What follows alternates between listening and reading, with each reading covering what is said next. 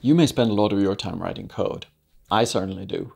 With every keystroke, you and I are creating future liability. The code we write has to be tested, deployed, debugged, maintained, stored, and one day retired. That's expensive. What we really want is to process business data. Code is just a way to get there. But there are other ways. Here's how I reduce the amount of code I have to write.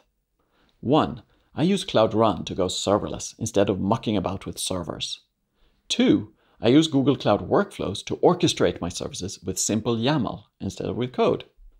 3. I let my users enter and view data in Google Sheets instead of building custom interfaces. 4. I use Google Data Studio to create dashboards instead of building them with code.